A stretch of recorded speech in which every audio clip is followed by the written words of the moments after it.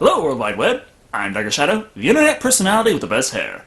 Now, oftentimes it seems that I have to review movies that tried to be so much bigger than they ended up, but they couldn't raise the funds, so they had to just kind of fudge it. However, that is not the only option available. When Robert Guthrie and his friend Rose were trying to raise funds to produce a movie and only managed to scrounge up about $100,000, instead of forcing the film out, quality be damned, they instead used the money they had to make a completely different movie, using that budget as best they could. Unlike certain filmmakers out there. Asylum! The film they ended up putting together was Deadfall Trail, the story of three men who head off into the woods where they can conveniently film without having to pay anyone for the privilege, and get back to nature. However, this particular outing doesn't go quite as planned. Or maybe it did. Don't know. They didn't bring anything along except a bottle of Aquafina and some peyote. Nevertheless, let's take a look at Deadfall Trail and see some good old-fashioned male bonding. Wait a minute. Don't worry, I came prepared.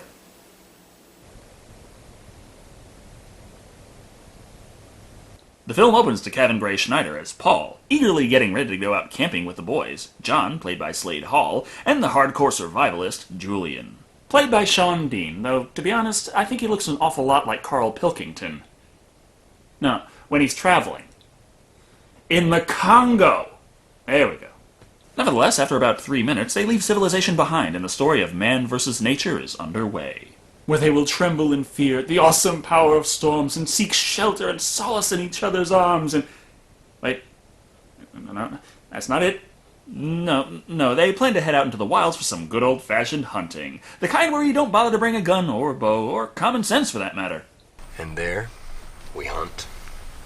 And then we commune. Is that the peyote? Brilliant. There's nothing quite like being out alone in the woods, far from the prying eyes of modern conventions, to become one with nature. And two other men. As exciting as that sounds, Decker, I have to point out that peyote would actually inhibit their sexual desires. Ah, that is a relief. Hey, what are you doing there? I'm not. It's all just a mirage. Ooh. Right. Never mind then. Julian Pilkington is a little more concerned with dealing with Paul's stupid ass, as he somehow turns his watch into a compass with the magic of little explanation. You take your hour hand and you line it up with the sun. Alright? So, from there, you go halfway between the hour hand and the 12 o'clock mark. That's south. So, that's north.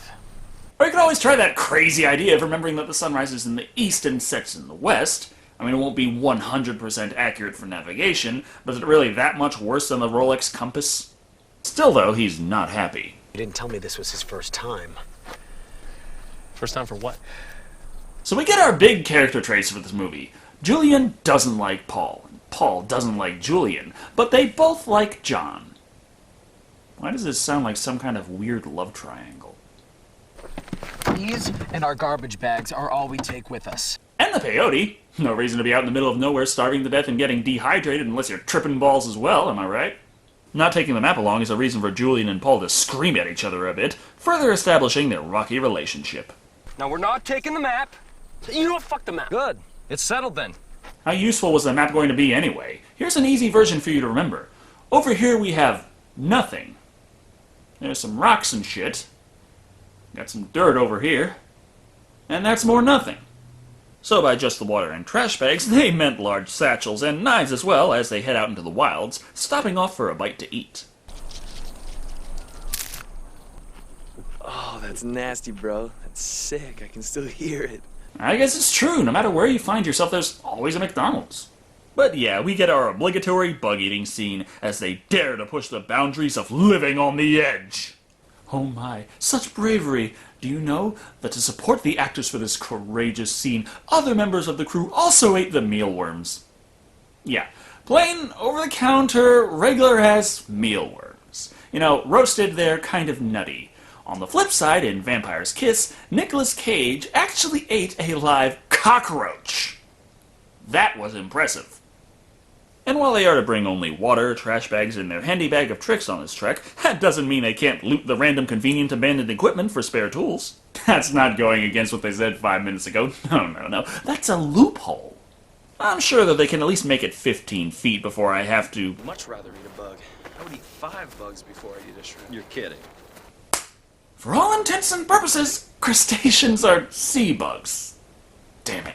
Anyway, after a short stop for important information that seems insignificant at the time... I just don't think that it's necessary when you have a watch. Because obviously he will never lose that watch and it will always be 100% accurate. I guess they can't help this scene being oppressively obvious with its hints when... And what the fuck else is supposed to be going on? When a cloud rolls by that looks kind of like Elvis? They continue to establish that Julian thinks Paul is a fuck nugget, and at the start of day 2, when Paulie has already run out of water, he moves to quench his insatiable thirst, old cowboy movie style. You're fucking fat! What? There's no water. It's the first mistake everybody makes out. What do you expect me to do?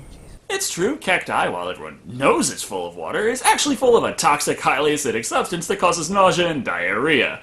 However, it can still stave off dehydration if you drink a very small amount of it. Don't worry, though. This movie doesn't nearly go into detail about that. Angry that John would dare warn him about impending threats to his life, though, he proudly stomps off on his own, directly behind everyone, so they can be there to witness his dehydrated ass collapse. That's just another excuse for Julian to complain about his crap survival skills. Paul, what the fuck are you doing, man? You're gonna piss the rest of the water out of your system.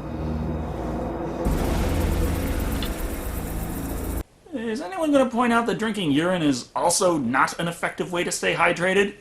And drinking piss isn't like drinking Dr. Pepper. It's not easy to keep down. How is it he's already able to chug it like a champ? How is it you know so much about drinking pee? It's common knowledge. That depends on which circles you are in. It turns out Paul has magic piss, and despite their water supply being horrifically low and Julian not willing to share whatsoever, all 3 of them have bounding energy during the next day's montage where they rush into the woods, craft rope from grass, instead of bark, and climb a steep rocky ledge. I might have found it slightly more believable if they had found a stream, or some edible plants, or a vending machine for fuck's sake. Never mind that pesky detail for a moment, it's time to introduce a few character traits beyond the love triangle. Except for my girl. It's the only thing. How is being a dad now, man? Ah, John has a family. He is dead as shit. The topic segues to fear, as the movie tries to make some profound statements, but yeah, it's been a half hour and not all that much has happened. So they move to Paul rattling off his worldly accomplishments, which John finishes off for him. Disappeared into the woods with 2 crazy fuckers. Crazy fuckers. Wait, do you mean that as an adjective or an adverb? Because in that case there would have to be something with which they do the crazy fucking. Uh-oh. You didn't see this coming? I'm just trying to find out who gets his mouth and who gets his ass. I really didn't need that image, creepy. Please. I've been here in my underwear this whole time. Yeah, why don't you put some pants on or something? You tell me. I'm your hallucination. The next morning, they finally bring up a rather important detail for what in the fuck reason they're off in the woods in the first place. More. This is what we've been waiting for. They're hunting! That's why they brought no weapons or gear or camouflage or the sense to park a little closer than a 7-day journey. I mean, otherwise you may as well just go out and get a McRib. This calls for a montage as they set up a large, obvious structure to take out that boar. It's called the Deadfall Trap. Or even more obvious, it's the title of the goddamn movie. But John tells Paul that the spirit of the boar will help him face his demons on the peyote trip. Because you can't have a gritty, realistic horror movie without bringing up spirituality now, can you? However, as they hang around the trap for no apparent reason, ensuring that the boar will be nowhere nearby, something tragic happens. Jesus Christ! Shit. Paul, get over here. Oh my god.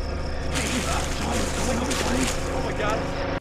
Right, when the hell did they rig this thing to have deadly projectiles? I mean, yeah, a piece likely broke off, but he was 50 feet away. That kind of shot requires a hell of a lot of kinetic energy. They establish they can't remove the stick or he'll drown in his own blood, and after night falls, Julian runs off on his own to calm down with the help of a handful of peyote. Strangely, this instead causes him to run around screaming like a madman, until he finds... a naked woman.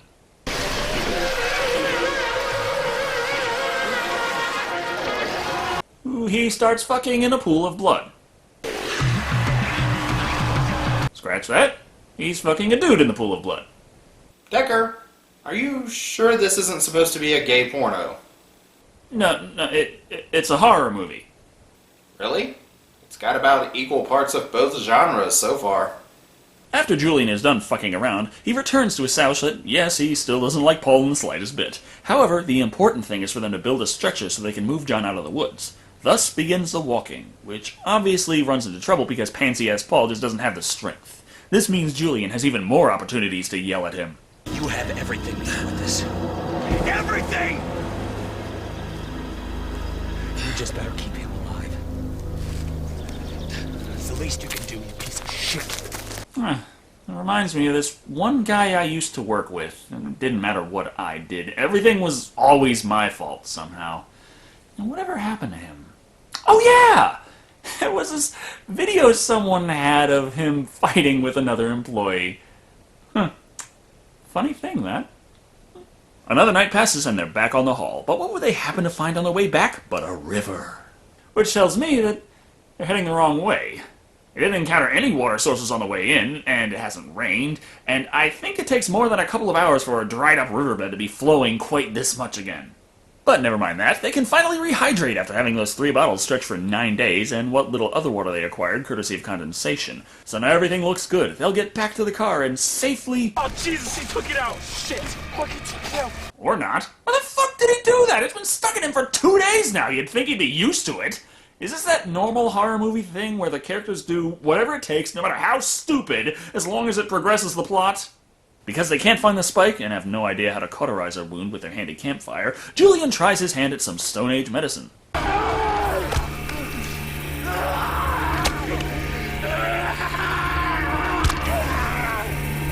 I don't think that's how you're supposed to assist your friends with taking their minerals. But let's look on the bright side. Finally, someone is fucking dead. Good on you, movie. It only took you an hour to get here. And due to this turn of events, surprise, surprise, Julian and Paul continue to bicker about every fucking little thing, as Paul wants to drag the corpse back to John's family, while Julian says they should play it where it lays. Go! I won't say anything. Don't say anything about what? Even better, now that they're alone together, they just can't keep their hands off each other. There's something especially sensual about getting a man in a headlock. I'll keep that in mind. This helps them come to an agreement when Paul takes the body and begins heading off anyway. The two of them then get naked and... No. I take it back. This is actually leaning more towards gay porn than horror movie now. We move on from that, never speaking of it again, and get to see that the master survivalist never did learn that walking thing as he falls down off the rocky hill from earlier. I guess that gives new meaning to Brokeback Mountain. Damn it! Paul gets to show the audience that he also happens to be a complete fucking idiot as he leaves him there with his leg pinned. Good thinking, give that man another reason to want you dead. Oh, but it's all good, he comes by the next day. Now you know how he felt. Right before you killed him. Except without the being surrounded by friends thing. Or the gaping hole in the chest. Or the fire. Or the water. Or it being over in less than a minute. Now that he's got him good and pissed, he lets him free so Julian can murder him later. First things first, though, they have to bury John. Funny thing that, the bodies kind of start to stink after a couple of days. You're forgetting something.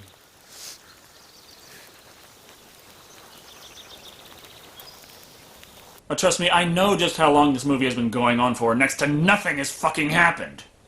Thus, Paul tells Jordan off one last time before leaving on his own. But wouldn't you know it, aside from his survival skills being complete shit, his compass watch doesn't fucking work anymore. How long have I been walking in the wrong direction, huh? Since we buried John or since you killed him? I have to do this.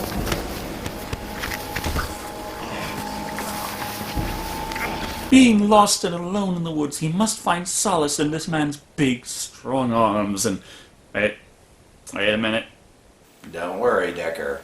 I'm here for you. That's... nice. After they roll around for a while, Julian gets behind him, and he submits. Man, that doesn't sound right. The point is, he ties him to a tree using that handy-dandy grass rope. Good morning. I didn't want to wake you. You were sleeping so soundly. Okay, we've clearly gone into bondage territory, and now he's sweet-talking the man. No, it's horror. It's all a matter of interpretation. While he's got him there, he sticks some meat into Paul's mouth. Oh, no. Anyway, he washes it down with some peyote. What is that? Water. Yeah, I suppose it's at least 95% water. Obviously, this leads to Paulie's drug trip, where he kills the fuck out of Julian, and then goes for a nice drive, before finding his naked friend on the road. You have to go back. Makes perfect sense. Yep. He comes to, surprisingly perky, and tells Julian all about his little hallucinogenic journey. The only reason you're still alive is because I'm tied to this tree. Even when it's obviously a ridiculously stupid thing to tell him. I can't even facepalm to this anymore. If I do, my brains are going to be ending out of a back wall during Act 3.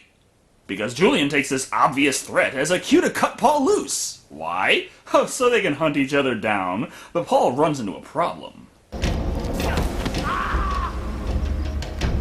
He sprains his ankle. And yes, this minor injury is treated just as if he broke his fucking leg. Plus, the dumbass decides to just hobble around instead of getting something to help him walk. Perhaps a stick or something. But it's working out for him as he survives into the next day, so we get to see him start a bunch of fires without proper safety precautions like an asshole. I have no idea when he learned how to reliably set all these fires by hand. He watched Julian do it before, but every attempt he had prior to this were complete failures, and now he's the fucking Human Torch. Julian, who I think is supposed to be the bad guy in this movie, is doing the right thing by finding all those forest fire starter kits and putting them out properly. For this, he is rewarded with a concussion.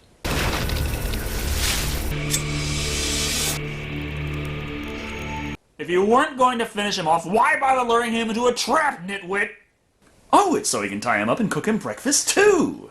I wish these guys would stop screwing around and just kiss already. I just want a climax. A horror climax. Please. These won't hold you long. But long enough for me to get to the truck. Says the noob to the level 58 Death Knight. Yeah, I'm sure your limping ass will easily outrun him. On the plus side, he finally gets a walking stick. Or crutch.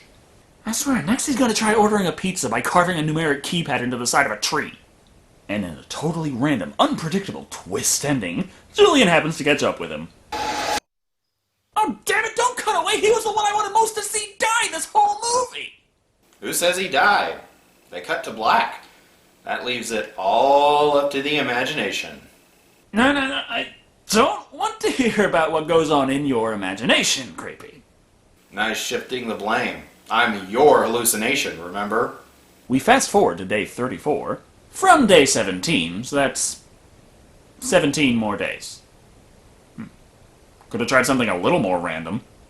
And a search party is out looking for the guys, none of which have come back home.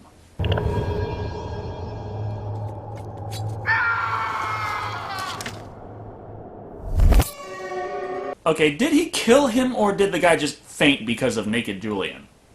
Thus, our story closes with a telephone message voiceover from John before the trip, where he starts talking like he was the crazy one the whole time, as, hey, society is going to collapse, so better to be a survivor, right? It's important for our future that we throw away our perceived ideals of civilization and embrace the natural pleasures of being alone in the woods with several men and... Never mind. I've seen movies that try to put way too much plot into too small a running time, and I've seen ones where a very sparse plot is stretched to fill a feature length, both well and not, but this is one instance where I'm still left questioning whether or not the plot is even there in the first place. That's a shame, really, because to be quite honest, the movie is filmed very well, the quality of the video is good, the angles are effective, and the acting isn't bad either. They did a hell of a lot better than The Asylum does with only 20% of that studio's average budget. But the big problem is there was hardly any reason behind anything that happened. The trip in the first place is just taken at face value, which is forgivable, but the magical wooden stake of death was ridiculous. John's decision to pull it out over 2 days later made no fucking sense, and the goddamn pissing contest between Paul and Julian that stood in for Act 3 was insane. The peyote trips mixed things up a little, but they didn't answer any real questions about the characters or overall plot. They really just gave us something else to look at for a while besides dudes and trees. At the end of the day, Deadfall Trail shows us that the people behind it knew what they were doing on some level, but it was in desperate need of a story that people might actually care to see, and a plot that is driven by believable events, not inexplicably idiotic character behavior, coming in at 2 great big man hugs out of 5. You know, this movie might have worked really well as a gay porno. At this point, I have to admit, since it had nothing else going for it, it probably would have been better as one. Then the characters would have had some motivation. So, care to join me next week for Midnight Wake Theater? I thought you were just a figment of my imagination. Oh, yeah, I was. Woo! Maybe I should spend more time with Big Black Hat Man watching westerns. Thank you all for watching. I've been Shado, and remember, if society collapses, trucks and canned food won't suddenly